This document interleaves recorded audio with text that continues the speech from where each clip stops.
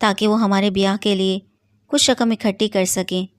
سعود جانتا تھا کہ بیاہ کا تو بہانہ ہے، اصل تو مالی مجبوری ہے۔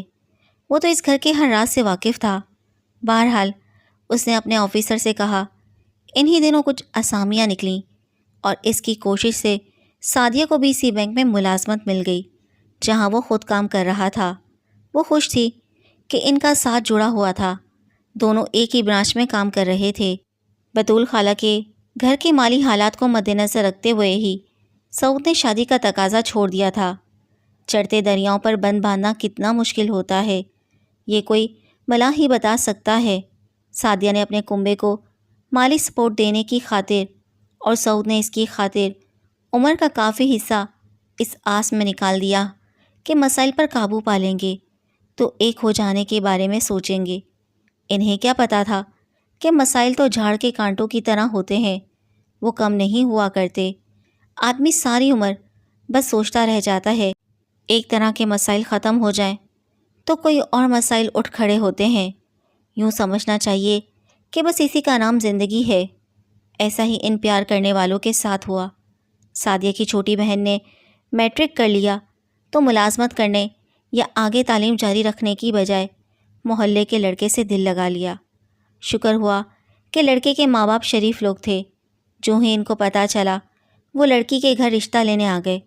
وہ خالہ بطول کے دکھ درد سے واقف تھے، ان کو مزید دکھوں سے بچانا چاہتے تھے، جبکہ لڑکا ابھی شادی کے جھنجھٹ میں نہیں پھنسنا چاہتا تھا، لیکن ماں باپ نے خطرے کو محسوس کرتے ہوئے ان کو شادی کے بندھن میں باندھ دیا۔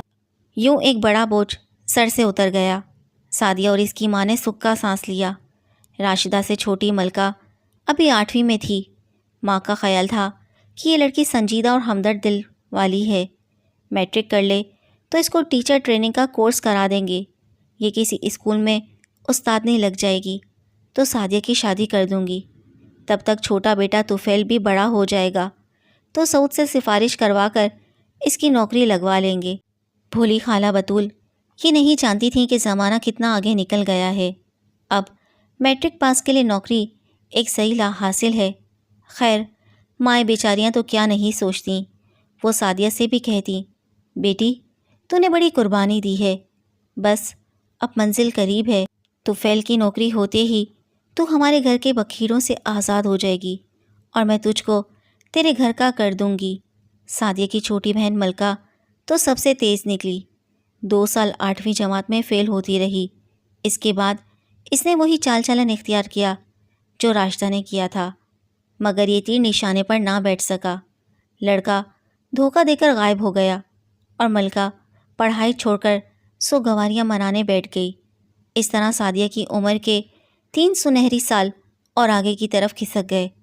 ادھر سعود کے والدین اور خود سعود بھی سعدیہ اور اس کی ماں کی لمبی پلاننگ سے تھک گئے تھے۔ اب سعود کا رویہ پہلے جیسا نہ رہا تھا۔ اس کا آنا جانا خالہ بطول کے گھر کم ہوتے ہوتے ترک تعلق تک آ گیا تھا۔ وہ اب اپنا زیادہ وقت نہ جانے کہاں گزارنے لگا تھا۔ سعدیہ سے پوچھتی تو وہ ادھر ادھر کی بات کر دیا کرتا۔ پہلے دونوں ساتھ آفس آتے جاتے تھے، اب وہ علیحدہ آنے جانے لگا۔ تب سعدیہ نے بھی گوارا نہ کیا کہ اصرار کر کے اس کے ساتھ جائے۔ اس کی غیرت نے گوارا ہی نہ کیا کیونکہ سعود کی اعلیٰ عہدے پر ترقی ہو چکی تھی اور اس کا کہنا تھا کہ اسٹاف اس بات کو معیوب خیال کرتا ہے کہ اس کے ماتحت اس کے ہمراہ آنا جانا کریں، اس طرح لوگوں کی نظروں میں تمہاری عزت گھٹتی جائے گی۔ سعدیہ نے بھی سوچا کہ بات تو ٹھیک ہے، انتظار تو میں نے ہی اتنا زیادہ کروایا ہے، وہ میری خاطر اپنی خوشیوں سے دور رہا، پھر بھی ابھی تک شادی سے انکار نہیں کیا۔ 8 سال کی طویل مدت گزر چکی تھی۔ سعود کا تبادلہ دوسری برانچ میں ہو گیا تھا۔ سعدیہ کے سر میں کہیں کہیں سفید بال آنے لگے تھے۔ طفیل نے گریجویشن مکمل کر لیا تو سعود نے اس کی ملازمت لگوا دی۔ خالہ بطول کی کمر اب جھکنے کو آ رہی تھی۔ وقت دبے پاؤں مگر بے آواز گزرتا گیا۔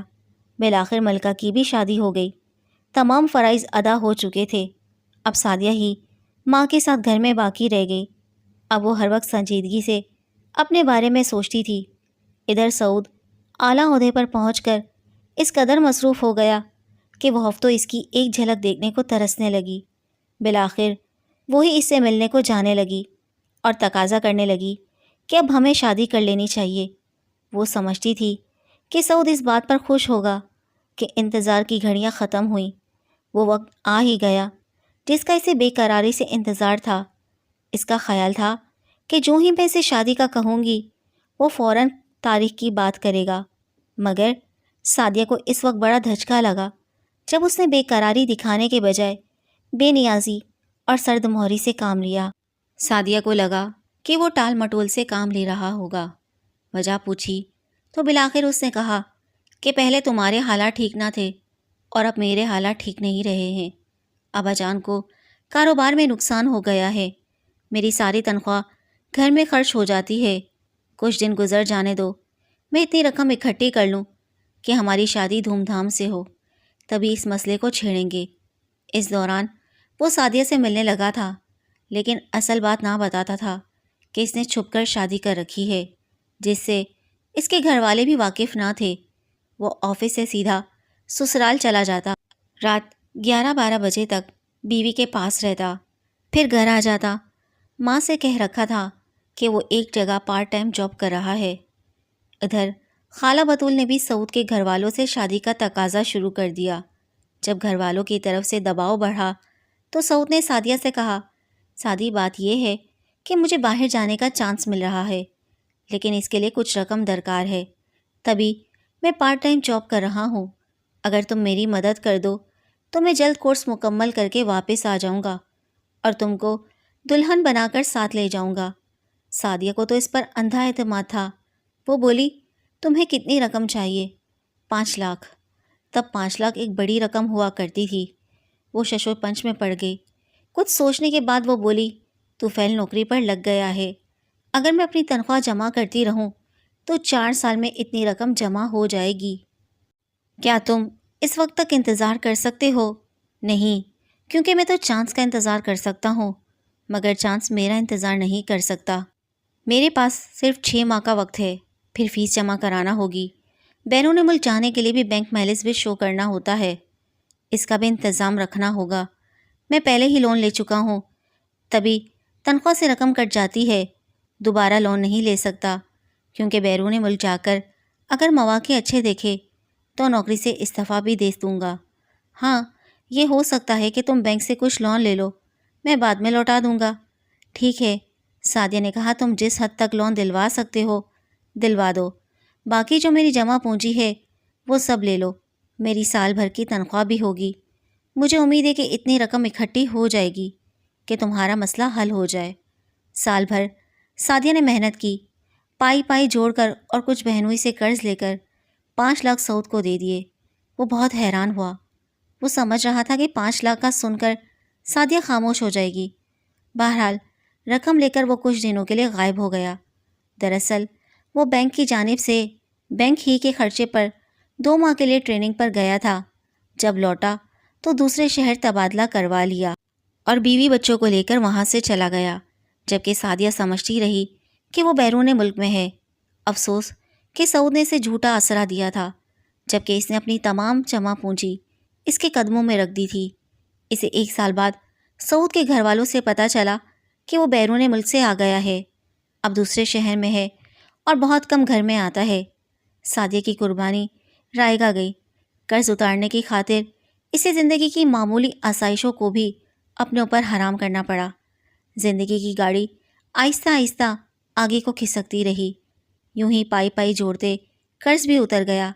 لیکن اس کے بعد سعدیہ کو رقم جمع کرنے کی ایسی عادت پڑ گئی کہ وہ کوڑی کوڑی جوڑتی رہتی تھی، کپڑے پرانے ہوں یا بدرنگ اسے پرواہ نہ ہوتی۔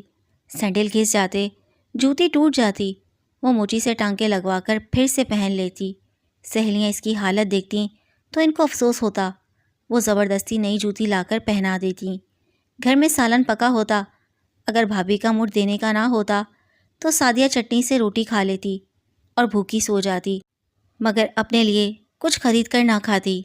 پرسوں فروٹ نہ لیے، آفس بھی بس میں جاتی، حالانکہ اب تنخواہ اتنی تھی کہ سہولت سے گاڑی خرید سکتی تھی، ڈرائیور رکھ سکتی تھی۔ وہ اب آفیسر بن چکی تھی۔ ماں سمجھاتی کہ کیوں اپنے پر خرچ نہیں کرتی ہو، کس کے لیے رقم جوڑتی رہتی ہو، یہ روپے اگر آج تمہارے کام نہ آئے تو کل کس کے کام آئیں گے؟ تم نے عمر بھر محنت کی ہے، اب اچھی زندگی گزارنے کا وقت آیا ہے تو اتنی کفایت شار ہو گئی ہو کہ بخیلوں کو پیچھے چھوڑ دیا ہے۔ ماں کے بار بار کہنے پر بالآخر ایک دن اس نے دل کی بات بتائی۔ بولی، ماں، میں نہ پاگل ہوں اور نہ بخیل اور کنجوس۔ دفتر میں میرا سادہ حلیہ دیکھ کر کولگ ہنستے ہیں، مگر مجھے پرواہ نہیں ہے۔ مجھے تو بس بہت سے روپے جمع کرنا ہے، کیونکہ مجھے بیرون ملک سعود کے پاس جانا ہوگا۔ ایسا نہ ہو کہ وقت پر رقم کم پڑ جائے۔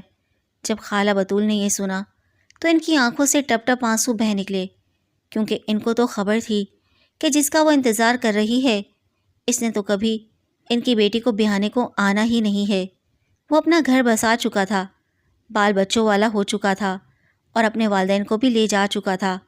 ان کا مکان بک گیا تھا۔ کئی بار ماں سعدیہ کو یہ سب بتا چکی تھی، مگر اسے یہی لگتا کہ یہ سب جھوٹ ہے۔ وہ اب بھی سعود کا انتظار کر رہی تھی۔ کہتی تھی کہ سب لوگ اسے بدل کرنے کو ایسا کہتے ہیں، سعود ایسا نہیں ہے، وہ کبھی اسے دھوکہ نہیں دے سکتا۔ انسان بھی بعض اوقات کس قدر مجبور ہو جاتا ہے، وہ خود فریبی کے سہارے زندہ رہنا چاہتا ہے، اپنے دکھ اپنے خوابوں میں چھپا لیتا ہے، کیونکہ اگر یہ خواب بھی کھو جائیں تو باقی کیا رہ جاتا ہے۔